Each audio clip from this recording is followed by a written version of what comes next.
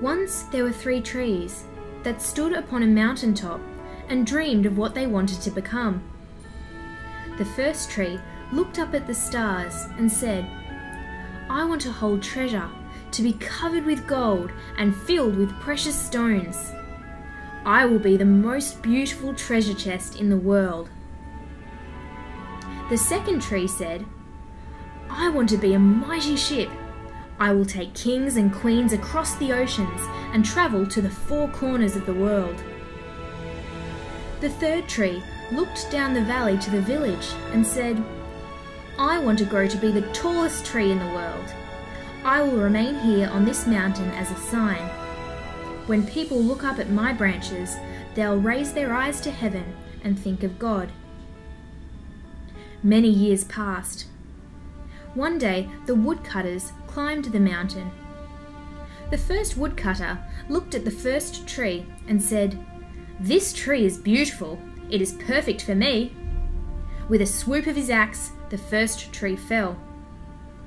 "Now I shall become a treasure chest. I shall hold beautiful treasure," said the first tree. The second woodcutter looked at the second tree and said, "This looks like a strong tree. It is perfect for me." With a swoop of his axe, the second tree fell. "Now I shall become a mighty ship," said the second tree. The third woodcutter looked at the third tree and said, "I don't need anything special. Any kind of tree will do."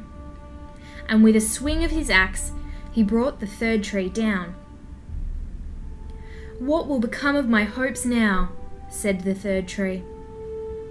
The first tree was cut up and made into a feed box for animals.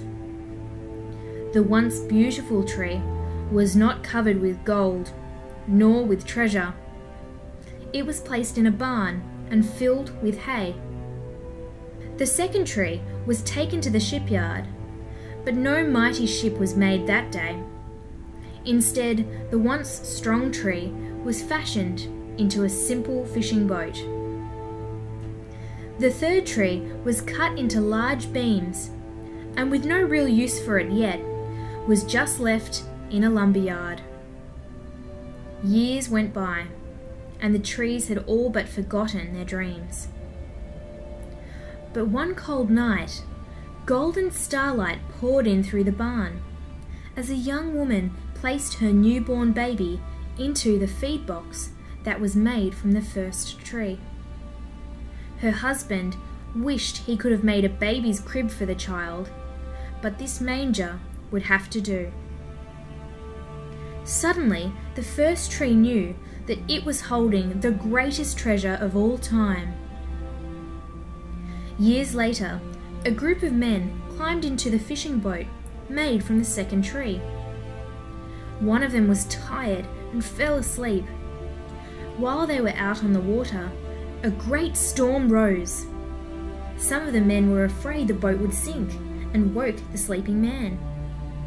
He stood up, stretched out his hand over the water and said, "Peace." The storm stopped as quickly as it had begun. Suddenly, the second tree knew that it was carrying the King of heaven and earth. Finally, some men came to the lumberyard and took the beams made from the third tree. It was carried through the streets as an angry crowd mocked the man who was carrying it. They continued to the top of the hill. The man was nailed to the beams, raised up high for all to see, and left to die. But 3 days later, everything changed. Suddenly, the tree knew that it had now become a great symbol of God's love for all eternity, because Jesus had been crucified on it. We do not always know God's plans for our lives. His ways are not always our ways, but His plan for our lives is always greater than what we could ever imagine.